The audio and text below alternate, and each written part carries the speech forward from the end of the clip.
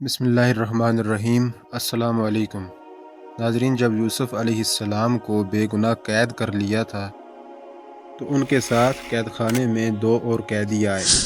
حضرت یوسف علیہ السلام قید خانے میں تھے اور وہاں بھی اللہ کا ذکر کیا کرتے تھے۔ قید خانے میں بھی لوگوں کو نیکی کی دعوت دیا کرتے تھے۔ قید خانے میں جو دو قیدی تھے ان میں سے ایک قیدی بادشاہ کو شراب پلایا کرتا تھا اور دوسرا باورچی خانے کا افسر تھا۔ دونوں کا کوئی قصور تھا، اس لیے بادشاہ نے انہیں قید کر دیا۔ یوسف علیہ السلام لوگوں کو سچا راستہ دکھاتے تھے اور اللہ تعالیٰ کا حکم بیان کرتے تھے، اس لیے قید خانے کے لوگ حضرت یوسف علیہ السلام سے عقیدت رکھتے تھے اور یہ جانتے تھے کہ یوسف علیہ السلام نیک ہیں۔ ان دو قیدیوں میں سے ایک نے حضرت یوسف علیہ السلام سے کہا کہ میں نے خواب میں دیکھا کہ میں بادشاہ کو شراب پلا رہا ہوں، اس خواب کی کیا تعبیر ہے؟ دوسرے نے کہا کہ میں نے خواب میں دیکھا کہ میرے سر پر روٹی کی ٹوکری رکھی ہوئی ہے اور روٹیاں پرندے اٹھا کر لے جا رہے ہیں، اس خواب کی تعبیر بتا دیں۔ حضرت یوسف علیہ السلام نے خواب کی تعبیر بتانے سے پہلے ان سے کہا کہ تم لوگ اللہ کو چھوڑ کر بتوں کی پوجا کرتے ہو، اللہ ہی عبادت کے لائق ہے، اور تم لوگ اللہ کو چھوڑ کر کسی اور کی پوجا کرتے ہو، اس لیے تم لوگ غلط راستے پر ہو۔ حضرت یوسف علیہ السلام نے فرمایا کہ میرے باپ حضرت یعقوب علیہ السلام ہیں اور میرے دادا اسحاق علیہ السلام اور پردادا حضرت ابراہیم علیہ السلام ہیں۔ ہمارے باپ دادا اور پردادا اللہ کے بھیجے ہوئے پیغمبر تھے جو صرف ایک اللہ کو مانتے تھے، اللہ کے ساتھ کسی کو شریک نہیں ٹھہراتے تھے۔ ہم سب پر اللہ کا فضل ہے، لیکن بہت سے لوگ شکر نہیں کرتے۔ حضرت یوسف علیہ السلام قیدیوں کو تبلیغ کرتے تھے اور نیکی کی باتیں بتایا کرتے تھے۔ قیدیوں کے دلوں پر یوسف علیہ السلام کی باتوں کا بہت بڑا اثر ہوا۔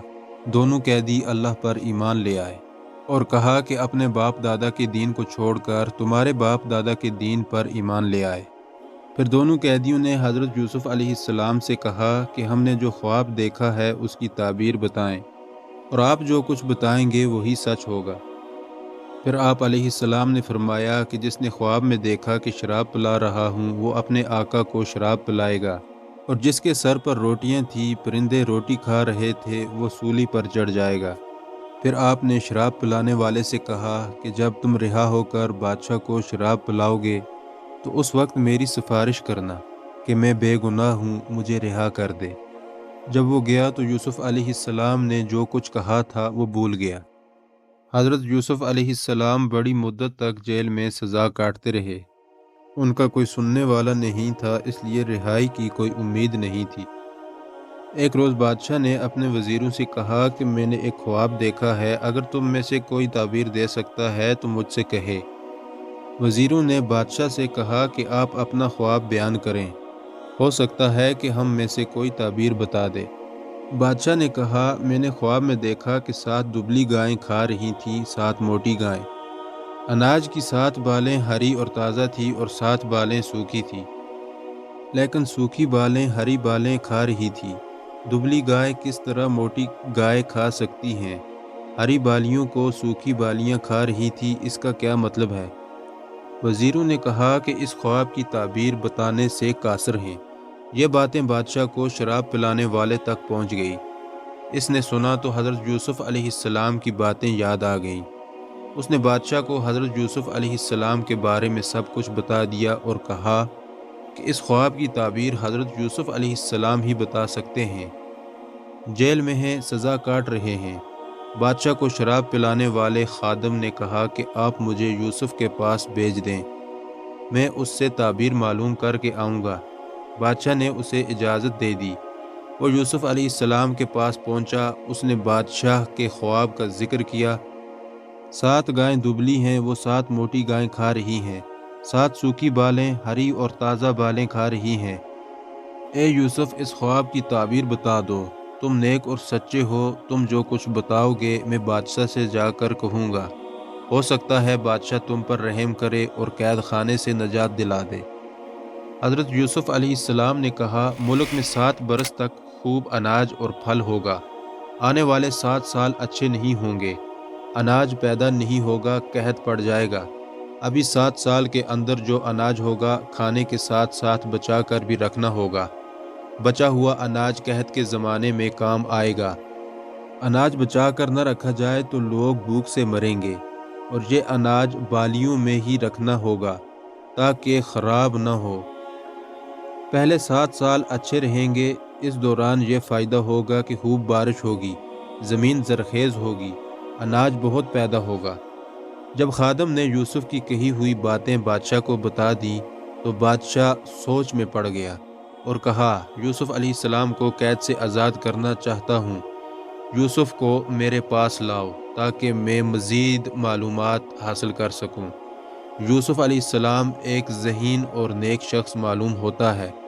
جب خادم یوسف علیہ السلام کے پاس پہنچا اور بادشاہ کا پیغام دیا تو یوسف علیہ السلام نے خادم سے کہا، میں انصاف چاہتا ہوں، آخر مجھے قید میں کس جرم میں ڈالا گیا ہے؟